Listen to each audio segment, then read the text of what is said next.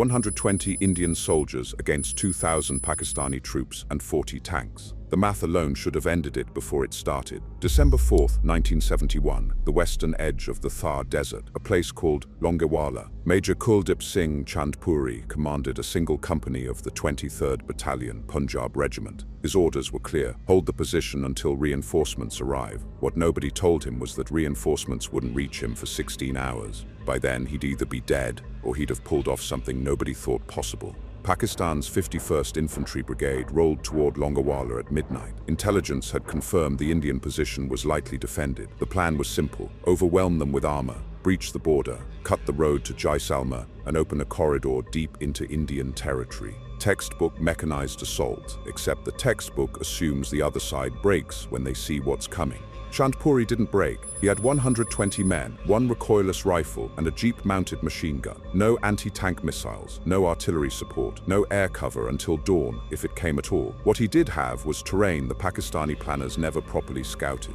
The desert around Longewala wasn't flat hardpan. It was soft sand interspersed with dunes. Terrible ground for tanks. Worse when you're trying to maneuver 40 of them in the dark through a narrow approach. Here's where the battle turned on a bluff nobody saw coming. Chandpuri ordered his men to string barbed wire across the likely approach routes and plant minefield warning signs in areas where there were no mines, fake markers, psychological barriers. The Pakistani column, seeing the wire and the signs, assumed the entire sector was mined and funneled into the few corridors they believed were clear. Those corridors led straight into kill zones where numerical advantage meant nothing because only a handful of tanks could engage at once.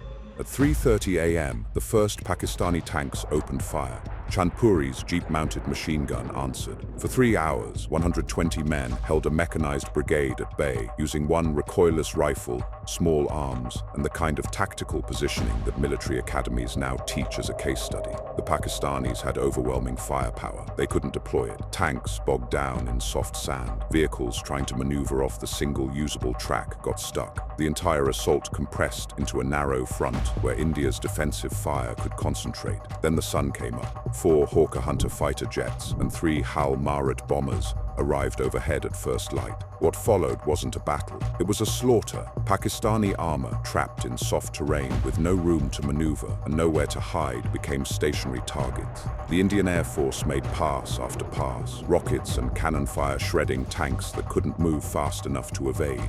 External fuel tanks mounted on the vehicles for extended operations became death sentences. One tracer round and the whole tank became a fireball. By the time the shooting stopped, Pakistan had lost 200 soldiers, 22 tanks destroyed, and another 16 captured. Indian casualties: 2 soldiers and 5 camels. British journalist James Hatter compared Longewala to Thermopylae. The comparison stuck: a vastly outnumbered force holding ground they had no business holding against an enemy that should have rolled over them in minutes. Chandpuri received the Mahavir Chakra, India's second highest gallantry award. The Pakistani divisional commander was dismissed from service. But Longewala was just one engagement in a war that redefined what India could accomplish when the stakes were existential. The broader conflict, the 1971 Bangladesh Liberation War, was the battle India was never supposed to win, not because of military capability, because the entire global order was aligned against it.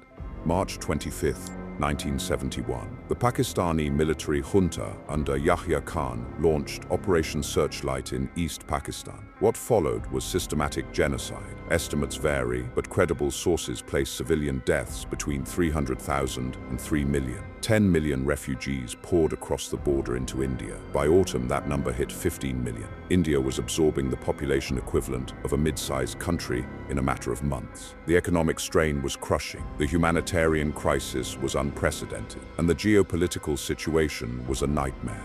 The United States backed Pakistan, not quietly, explicitly. Henry Kissinger had used Pakistan as the back channel for his secret visit to Beijing in July 1971. The opening to China, the entire foundation of Nixon's foreign policy realignment, ran through Islamabad. Pakistan wasn't just an ally. It was the key that unlocked rapprochement with the world's most populous communist state. When India began making noises about military intervention to stop the genocide, Washington made clear where it stood. President Nixon called Prime Minister Indira Gandhi names that can't be repeated in polite company. Kissinger described Indians in terms that, decades later, still appear in declassified documents with heavy redactions. China, freshly aligned with the United States, backed Pakistan as well. The Soviet Union supported India, but that support came with its own complications. The Cold War wasn't a backdrop to the 1971 crisis. It was the entire framework determining who could do what. India wasn't just facing Pakistan. It was facing the diplomatic and strategic pressure of two superpowers telling it to stand down while a genocide unfolded 90 miles from its border.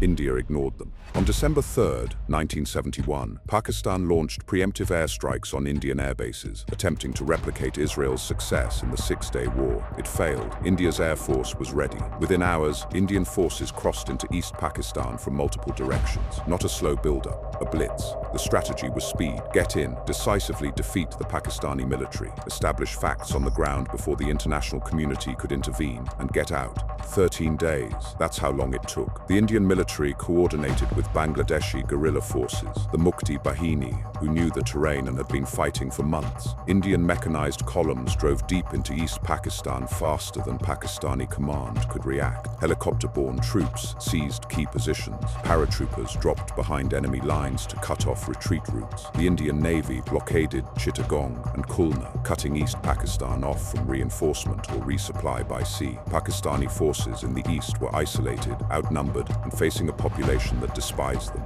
On December 16, 1971, Lieutenant General Amir Abdullah Khan Niazi signed the instrument of surrender in Dhaka. 93,000 Pakistani troops laid down their arms. The largest military surrender since World War II. A new country, Bangladesh, was born. The geopolitical fallout was immediate. The United States sent the USS Enterprise, a nuclear-powered aircraft carrier, into the Bay of Bengal. It was meant as a show of force, a signal to India to back down. India didn't blink. The Soviet Union positioned submarines to shadow the American task force. For a brief, terrifying moment, the Cold War's two superpowers were maneuvering naval assets in the Indian Ocean over a regional conflict. Then it was over. The war ended before the Enterprise could influence anything. Nixon and Kissinger fumed. China issued statements. None of it mattered. The facts on the ground were irreversible. What India pulled off in 1971 wasn't just a military victory. It was a masterclass in operating under constraints that should have been paralyzing. India fought a two-front war. Pakistani forces launched attacks along the western border to relieve pressure in the east. India held the west, while winning decisively in the east. India did this while managing a refugee crisis that would have collapsed most governments. It did this while the world's most powerful country actively opposed it. And it did this in 13 days, faster than the international community could organize meaningful intervention. The lessons from 1971 are still being studied. India's ability to align military objectives with political strategy, to manage media narratives, and to navigate great power rivalry offers a blueprint for how smaller states can compel strategic concessions from larger ones. You don't need to be the strongest. You need to move faster than your opponent can react and create irreversible outcomes before external pressure can build. India operated in the narrow window between decision and consequence. By the time the world caught up, Bangladesh existed, but victory has a cost nobody talks about enough. India demobilized. Pakistan didn't forget. The humiliation of 1971, the loss of half the country, the surrender of 93,000 troops. All of it became the psychological foundation for everything Pakistan did next. The obsession with strategic depth, the cultivation of militant groups, the nuclear weapons program that went into overdrive, the Kargil conflict in 1999, and every border skirmish since traced back to the wound India inflicted in December 1971. India won the war. Pakistan spent the next 50 years trying to avenge it. Kargil, 1999. The next battle India wasn't supposed to win, not because the odds were worse, because the stakes were higher. This time, both sides had nuclear weapons. This time, the world was watching to see if two nuclear-armed states could fight a limited war without ending civilization. The answer turned out to be yes, barely, but the margin was thinner than anyone admits. February 1999. Pakistani forces, many of them Northern Light Infantry regulars disguised as militants, infiltrated across the line of control and occupied strategic heights overlooking the Srinagar-Leh highway in the Kargil district of of Ladakh, 16,000 feet above sea level, positions that gave them direct observation and fire control over India's primary supply route to its forces in Siachen. The infiltration happened during winter when Indian forces had pulled back from forward positions, standard procedure in an area where temperatures dropped to -40 degrees.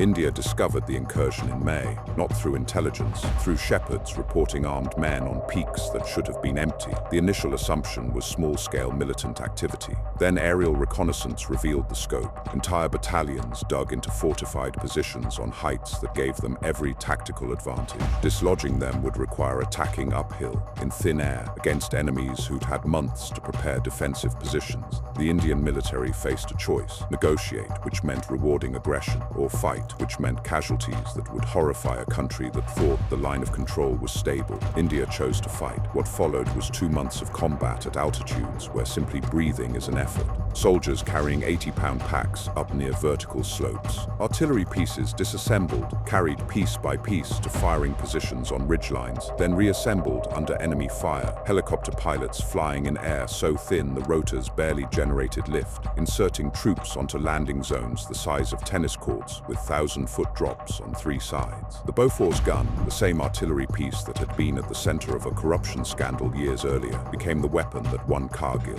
Firing at elevations and angles it was never designed for, Indian gunners walked shells onto Pakistani bunkers with precision that turned fortified positions into rubble. The Pakistani troops fought hard. They had the high ground, prepared defenses and orders to hold at all costs, but they were cut off. No resupply, no reinforcement, and India wasn't negotiating. By July, Indian forces had recaptured every peak. Pakistan's Prime Minister Nawaz Sharif flew to Washington on July 4th and agreed to withdraw all forces back across the line of control. The war was over. More than 500 Indian soldiers died. Pakistani casualties remained disputed, ranging from 400 to over 4,000, depending on which accounting you believe. But the outcome was clear. India had fought a limited war under the shadow of nuclear weapons, and one without the conflict spiraling into Armageddon. The cost was higher than the casualty count. President Clinton, for the first time in decades, sided publicly with India against Pakistani aggression. The international community condemned the infiltration. Pakistan's military leadership, led by General Pervez Musharraf, had gambled that India wouldn't fight and that the international community would force a settlement that favored Pakistan. They were wrong on both counts. Sharif tried to fire Musharraf after the debacle. Musharraf responded by overthrowing the government in October 1999, suspending the constitution and imposing martial law. Kargil exposed the gap between Pakistan's strategic ambitions and its actual capabilities. It also revealed something uncomfortable. 2 nuclear-armed states had fought a shooting war and managed not to destroy each other. The taboo was broken. The assumption that nuclear weapons guaranteed peace between India and Pakistan died on those frozen peaks. What replaced it was the understanding that limited wars were possible, even likely, and that India had the conventional superiority to win them. Longewala, 1971, Kargil. 3 battles spread across 3 decades, each one fought under conditions that should have guaranteed India's defeat. Outnumbered, outgunned, internationally isolated, operating under nuclear threat. India won all 3, not because of superior equipment. India's military has spent most of its history making do with less, not because of overwhelming numbers. Pakistan matched India man for man in the early wars, and terrain negated numerical advantage in Kargil. India won because of decisions made by individuals under impossible pressure who refused to accept that the math dictated the outcome. Major Chandpuri at Longewala, with 120 men and a bluff that turned Pakistan's armor into a traffic jam. Indira Gandhi in 1971, ignoring 2 superpowers and moving faster than the international system could stop her. Soldiers in 1999 climbing mountains in the middle of the night to take back peaks that doctrine said were unassailable. None of them were supposed to win. All of them did. The battles India was never meant to win are the ones that define what India became. A country that doesn't wait for permission. A military that turns disadvantage into doctrine. A state that understands the window between decision and consequence is narrow, and whoever moves first often moves last. The math said India should have lost. India redefined the math. That's not luck. That's a choice, made over and over, at every level, by people who understood that what you're supposed to do and what you're capable of doing are not the same thing. The difference between the two is just willingness, and India has never lacked for that.